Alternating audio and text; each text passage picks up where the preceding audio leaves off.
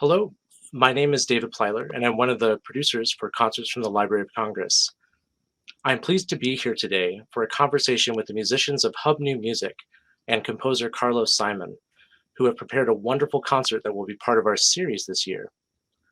This concert features a new work by Carlos entitled Requiem for the Enslaved, which we will speak about in just a little bit. First of all, welcome everybody.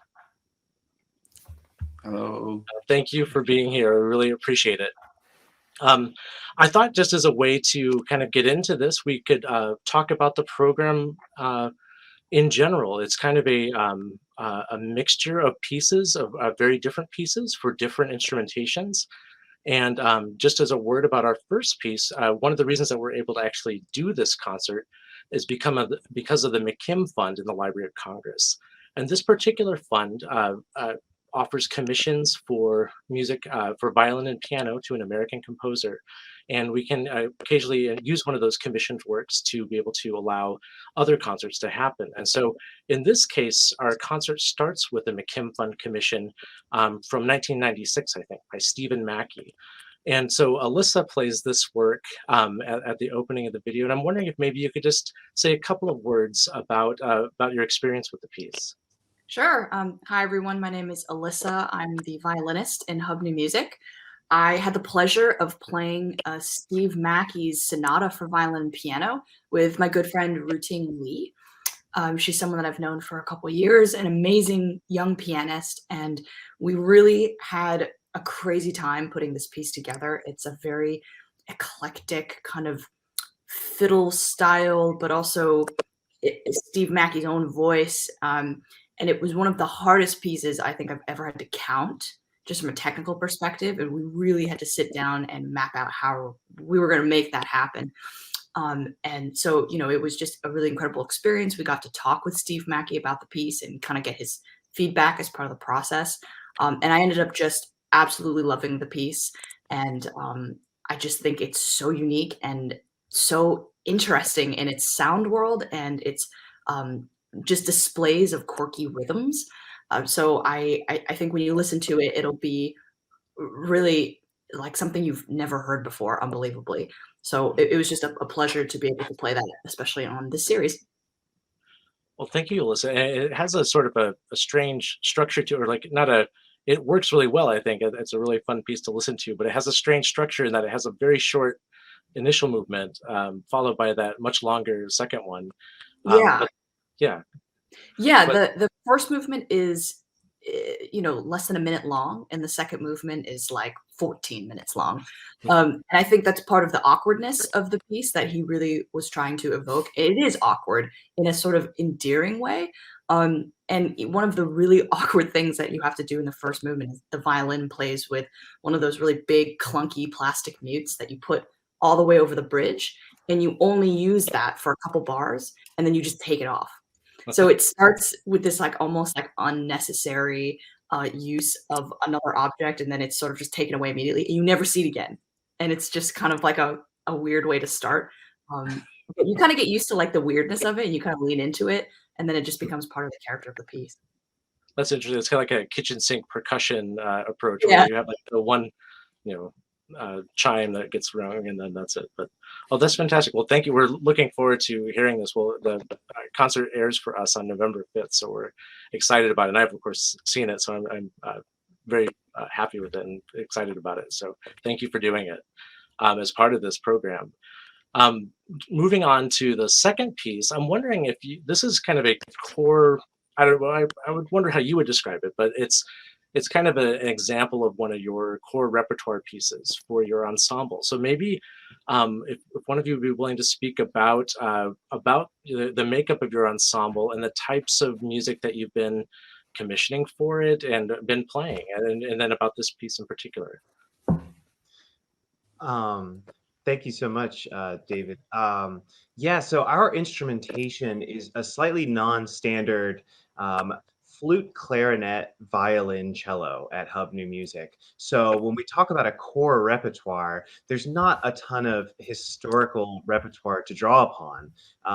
There has been some rep that was commissioned earlier in the 2000s by a group called the Seattle Chamber Players that has partially inspired our repertoire and our decision to use this instrumentation. But we consider it to be a big part of our mission as an ensemble to create a new core repertoire for what we believe is this great ensemble orchestration that's full of potential. This piece that we are playing is called Wavelengths by our good friend Takuma Ito. And he is a composer that had written for us already um, through the same project that we actually first met Carlos Simon through, which is called ONMI, the Asian American New Music Institute. And Takuma had already written us a piece that was for our instrumentation plus shakuhachi, the Japanese traditional flute. But we love his work so much as a composer that we really wanted to add a piece of his that was explicitly for the four of us, which is how we do most of our performing and most of our touring, is just playing as the four of us. And so Takuma graciously agreed to write us this approximately 17-minute work, which we think is just full of color and lush melodies, and we're thrilled. And we've played it, I want to say, dozens of times since it was first composed a couple of seasons ago. Well, I mean, it definitely highlights the unique qualities of the ensemble so well, and gives each of you a great platform to kind of show what you can do. What other types of how many other pieces have you been developing over the years? Is this, or how many like per year would you say that you end up kind of creating anew? That's a really good question. I don't think we necessarily set a target number of commissioned projects, and but we do certainly also have tons of pieces written by student composers and university composers for us. That's a big part of our mission as well, is a lot of educational work like that. But in terms of pieces that we actually commission, I'm sure the number probably comes out to somewhere around 3 to 5 real commissioned works. But Mike, how many commissioned works would you say Hub has done in our nearly 10-year history? I would say it's about 15 to 20 quartets that we've commissioned or currently developing right now. Right as of right now, we're in the midst of planning a pretty ambitious 10-year anniversary commissioning project in which we are adding 10 new works to our repertoire by a whole variety of composers.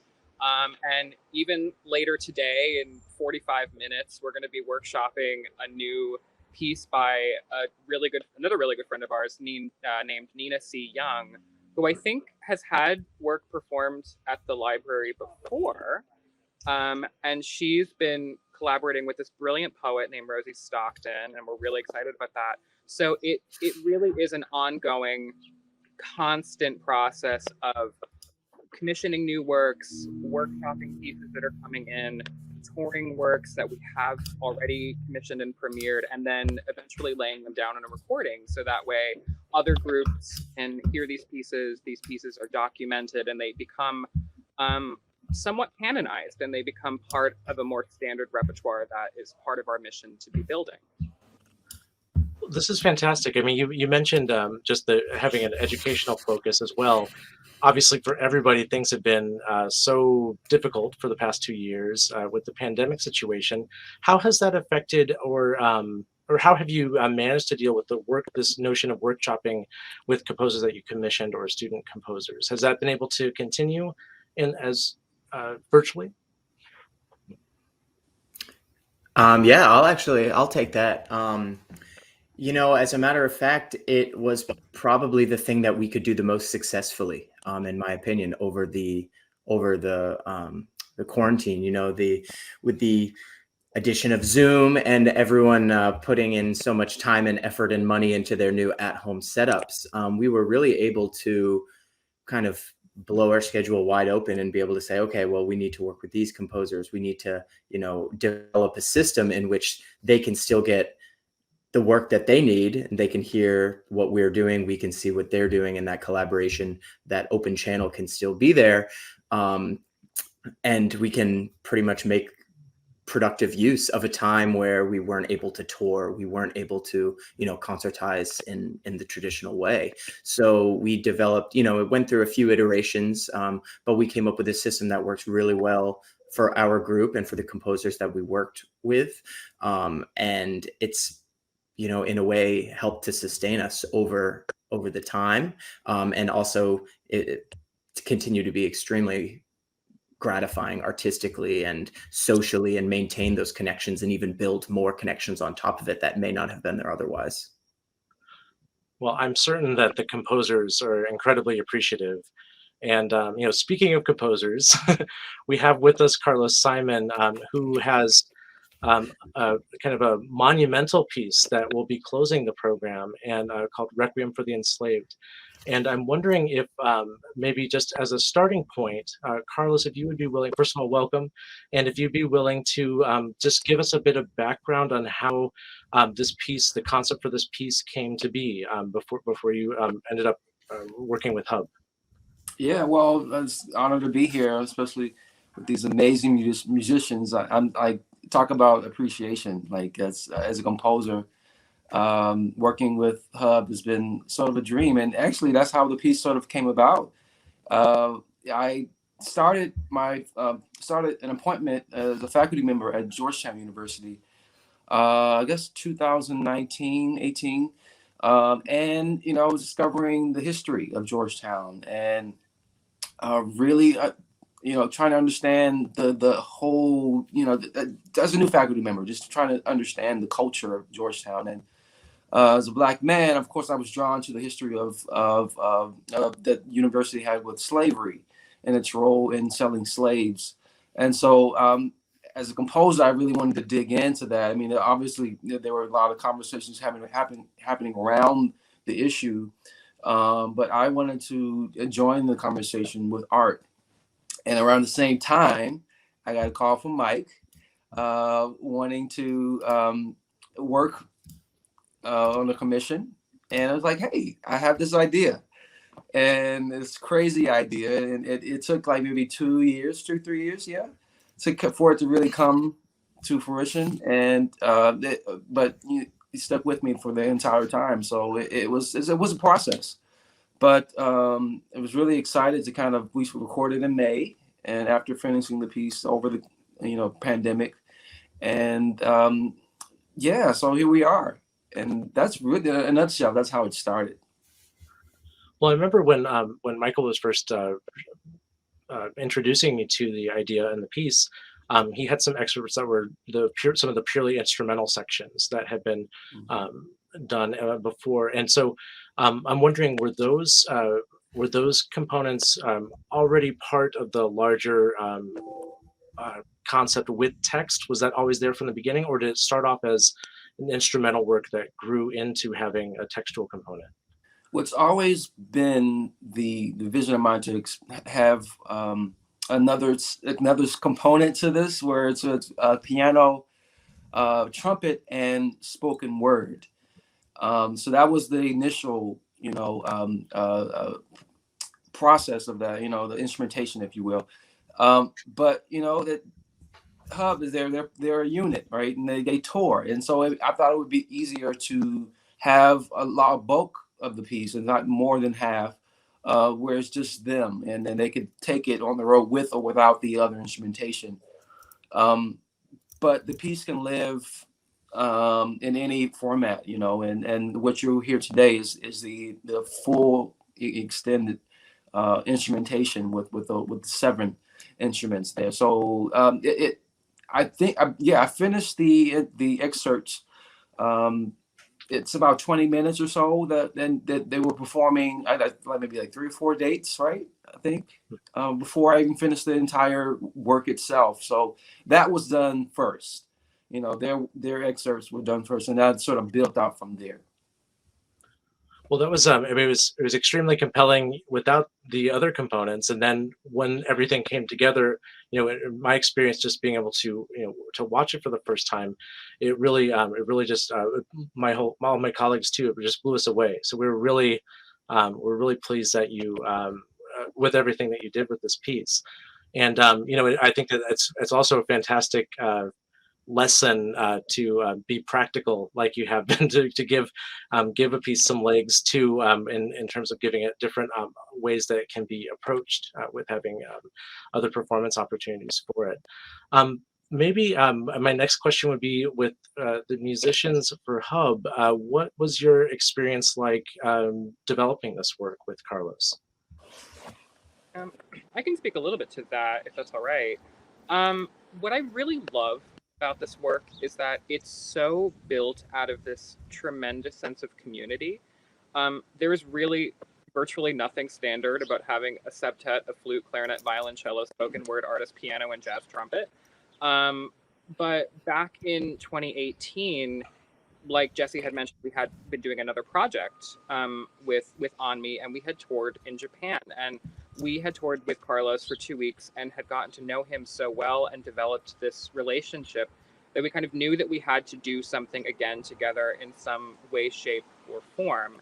And then Jared and Marco are also friends of Carlos. So Carlos just kind of assembled this team of people for this really massive project. And I think in developing it with Carlos and the other folks involved, there's always been this sense of, at least I've always had this really sense of gratitude that he's trusted us with this story to tell, and the strong sense of camaraderie throughout the whole thing. As far as being able to play excerpts in advance of recording it, so often when we get ready to record a piece, we'll have a piece, a quartet in our repertoire for months, if not years, and have given dozens of public performances to really be able to live with it before lay it down in a much more permanent format. With something so collaborative, that's not necessarily as not really possible. And so having those excerpts and live with them for a little while before we actually got together with the other members was kind of our method of preparation in really studying and knowing the piece well to feel comfortable to lay it down on an album like we did this past May. One of the things I really enjoy about working with Carlos and building this project from the ground up is that he's such a intuitive, improvisatory musician who's so good on his feet. And so when he sends us music, we are able to take it and say, okay, I think this works for me, or this doesn't work for us, or we want to try this instead. And Carlos is always very open to that kind of collaboration and those suggestions. And we were even making changes on the fly, even when we were in the studio, literally putting this down. Like we were messing around playing a chord, and Carlos was like, "Oh, we got to have that sound," and we ended up attaching it towards a different part of the piece. And it's that kind of live, in the moment, artistic collaboration that makes our job so great. Well, I should mention, I mean, one of the things that you'll find when you're watching the video is that Carlos is actually the pianist that's playing on the video. So there's a participatory component as well that is really effective. And Carlos, I'd like you to say a bit more about these elements, but just to throw out one quick observation is that even though these there are these hub-centric so to speak, elements, they integrate so well with the other musicians and the spoken components as well, in a way that feels incredibly natural and very. So it's a very I don't know. It just works so well that I'm wondering with respect to how you put this together before you got together in May. Were you working with the other musicians separately and then getting together as the full group, or how did that come together? Yeah, so I worked separately with Marco, who's the spoken word artist, and Jared. Specifically with Marco, I would say, okay, I want to talk about this particular issue, or as a part of the Requiem. The Requiem is this very the standard rep, form of art form, Mozart and Verdi, they've all used this art form. So I wanted to kind of stay true to the art form in a way. So what are they saying in this movement? Kyrie eleison, Lord have mercy. How can we twist this up and turn it on its head and yet still be informative, stay true to the form, but yet talk about the enslaved. And And so I left it open for him. So I would create little short snippets of a musical, tracks that just to get the juices flowing for him, because his I guess the other side of him is he's a rapper, and so like he has to hear music before he kind of creates before he creates. So yeah, that's what I did. We sent tracks back and forth based on different sections of the piece. And this created something with Jared, the trumpet player. He actually came into my studio here in DC, and we just kind of improvise, for long periods of time, and just based on the concept or the idea. And what came about is we're fine here and there, but for the most part, I transcribed what we did, when we improvised. Wow. And you kind of went from there. But that's how things sort of happen, improvising and just going with the flow. And every musician is different. That's why I love being a composer. You get to work with so many different types of people and musicians, and no piece is the same for me. I never start the same way, or it never ends the same way. The process is always different. Sure. What has been Georgetown's response to this project and their I know that you have, of course, a lot of plans for it in the future, especially when you have a live circumstances. That'll be fantastic to have that as the option to go to. But what has been the kind of back and forth that you've had with them about it? Completely supportive from the very beginning. They've been so supportive, even in funding, and funding the recording of the piece. Of course, I mean, there's so many conversations happening around this whole issue of their role in slavery and owning, and so I'm just a part of it. And so there's a whole committee that I'm also a part of at Georgetown, and they've been nothing but supportive. And so we'll plan to do a premiere, a live premiere. In the future, I think that Hub will be there next week, right? Next Friday, performing some of the excerpts. And so that's on October 29th, but just a little bit before. Mm-hmm. Well, that's fantastic. I'm so glad that this came together. And is there anything else that you'd like to say about the piece? Just because I know that we're running short on time, but I would also like to hear about maybe some of your upcoming projects, Carlos, if you don't mind. Yeah, sure. Well, I'm the composer in residence at the Kennedy Center. I just started that position, and super excited. There's a lot of different projects already in motion. One being an opera, a short opera that will premiere in March of 2022 with a librettist, Mark Joseph Bamuthi, and it's really excited about it. So that's the next project that I'm amped for here in DC, and there's so many other things happening, but that's the one thing I'm just kind of focused on right now, and finishing orchestrations and rehearsals and that sort of thing. That's fantastic. Around what time frame will that be? Will we be able to hear it? The premiere is March, I believe, March 2022. Great. Oh, that's fantastic. Well, I know that we're just short on time because Hub has a composer reading session coming up, but maybe Hub, what are your next? What's going on for you next? Well, we teased that Georgetown concert that we've got next week that we're really excited about, and of course our big project is this 10-year anniversary commissioning project, which is going to be unfolding over the next couple of seasons, where we are commissioning, I think it's like 10 composers in celebration of our 10 years of existence. But there's some more immediate things that we're also really excited about. We are finishing editing up an LP of a work by composer Michael Ippolito called Capriccio, which we are hopeful will release, I believe, this fall. We're excited to get it out there. We're also going to be touring a whole lot in the spring. Mike, do we have another recording project that's about to come out in the spring, I think? Yeah, we're recording we feel like we keep referencing this project like where everything began. Our collaboration with our shakuhachi friend Kojiro Umezaki, we're recording that whole program in January around a couple of performances on the West Coast. We'll go out to LA and record that, and I think that will be out pretty shortly after the recording session. It'll be really wonderful and beautiful to finally commemorate all that music in an album.